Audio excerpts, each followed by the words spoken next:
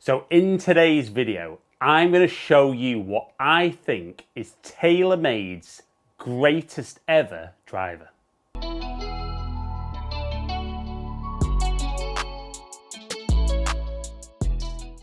Now, I know what you're thinking. You're thinking, Ali's already done a review video on the new Sim 2.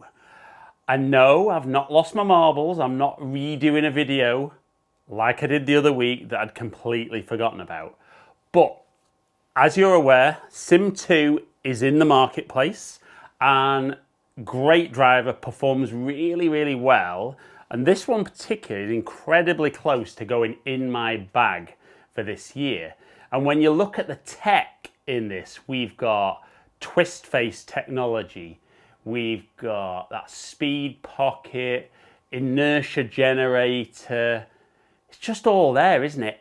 Everything that you would need to hit longer, more accurate tee shots, but it just made me think, to give you a bit of context about this video, what went on at the weekend just past is Bryson DeChambeau won at Bay Hill. But interestingly, he won using a Cobra driver that's 4 years old. And it made me think about an old favourite of mine that has been in and out the bag the last couple of years that, in my opinion, might just be the best driver that TaylorMade have ever made. So what driver is it? It's this bad boy, the M2 from 2016. So it's a bit like a poor relation nowadays. We've got no injected twist face, we've got no inertia generator, but I do love this. And it really made me think that if one of the best players in the world has put something back in his bag because it gave him what he needed performance-wise, could this little beauty be going back in the bag? So I'm going to put it up against the new all singing, all dancing Sim 2. Usual format, smashing it on the range. Then we're going to see which one gets in play most often. But it'll be interesting to see, won't it? Is, like I think it probably is the M2 TaylorMade's greatest ever driver? Right, so I'm going usual Titleist Pro V1 X on Trackman. We're going to go with the new boy first, Sim 2. Everything about this should be me moving as quick as possible, as much forgiveness as possible across the face. Just should be great performance. I'm going to hit a few shots and just show distances. Then going to go on to M2, and when I compare the two, we'll look at a little bit more numbers-wise as to clubhead speed, ball speed, and the usual stuff. But to start with, let's go Sim 2, bombs away.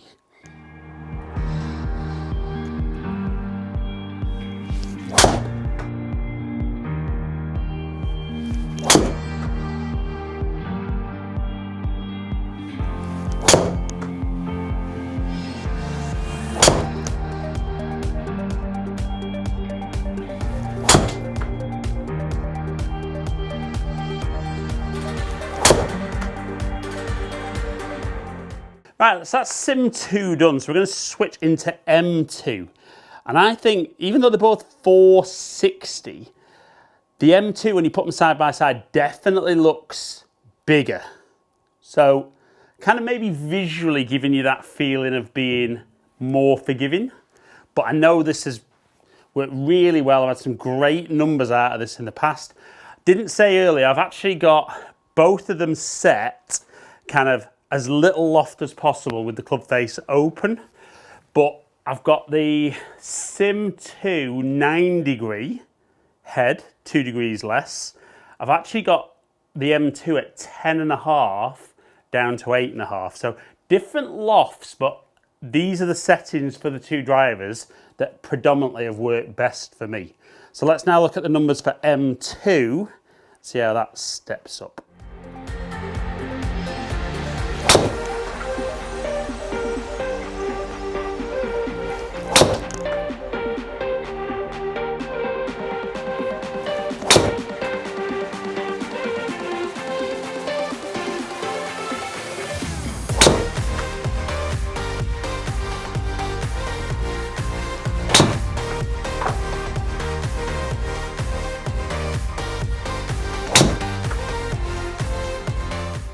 do you know what? That still looks and feels as good as ever. And there was one biggie in there, wasn't there?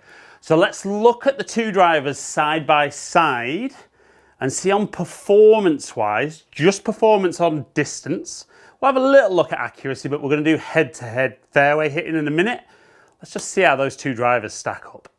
Right, so really sorry, didn't notice because I didn't have that information up, but the third shot with the Sim 2 didn't pick the club head speed, so there was no smash in there either. But when we look, I actually swung the M2 slightly quicker. Ball speed was about the same, so kind of what Taylormade is saying, a little bit more forgiveness out of Sim 2 over the years. Smash factor exactly the same. Launching actually that little bit higher off the M2. Now I would say there an element of strike. I know the lofts are a little bit different, but launching a little bit higher and actually spinning that a little bit lower. And as a result of that, I actually saw quite a big difference in carry and total. And you look there, the longest one with the Sim was just under 290, where I actually had 4 of the drives past 290 and one actually got out there to 300. Right, so distance-wise, the old M2 is a bit of a monster, isn't it? So now we're going to go on accuracy, fairways hit. 18th hole, PGA National, best of 5. Now, it's interesting because I definitely think I've historically always hit the M2 quite straight, and I think that with the club face sitting a little bit open, that's always worked for me, but the Sim, I definitely seem to just turn over a little bit more. So I'm going to play for those shots. Obviously, might adjust during the session, but first one with M2, we'll just go in middle of the fairway. Off we go.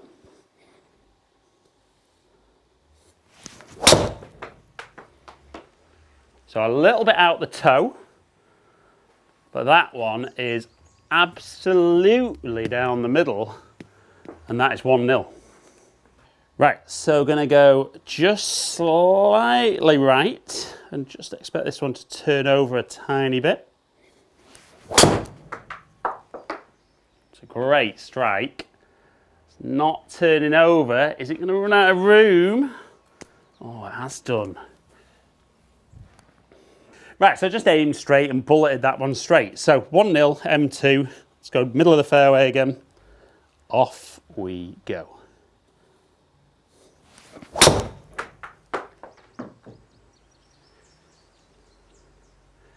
Oh, look at this.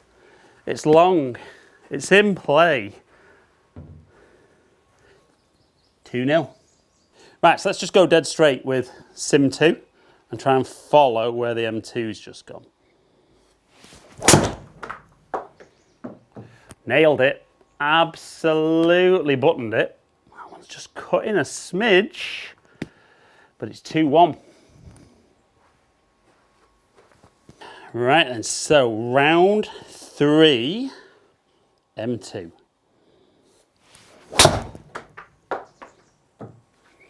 A little bit bottomy, but that is going to make it 3-1. Right, need to get my skates on then, because M2's dominating at the moment. This is to get back to 3-2. Oh, a little bit out the toe. No. Right, so this for the win, 4-1. It would be if I can get this one in the fairway.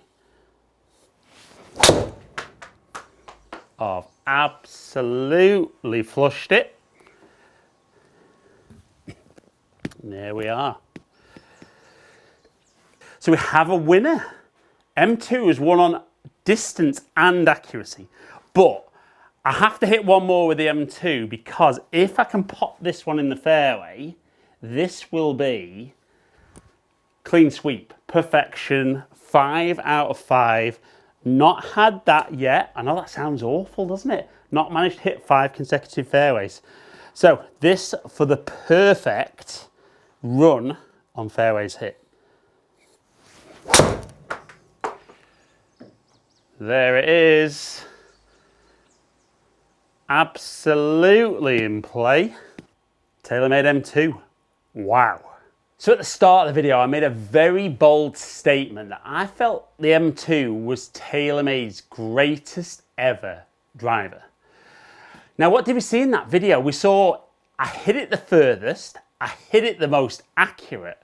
Now, if you're talking about the perfect driver, what do you want from a driver? We want to hit it as far as we can, and I'd love to be in the fairway, but be playable every time. And for me, that just keeps ticking the boxes. And I always say the accuracy thing, I think, is more down to me, and I would still stand by that. But that was amazing, wasn't it? A 5-year-old driver. Now, I think the interesting thing, though, is it is a real favourite of mine, so I'm super confident with it. I know how it looks, I know how it feels, I know how it performs.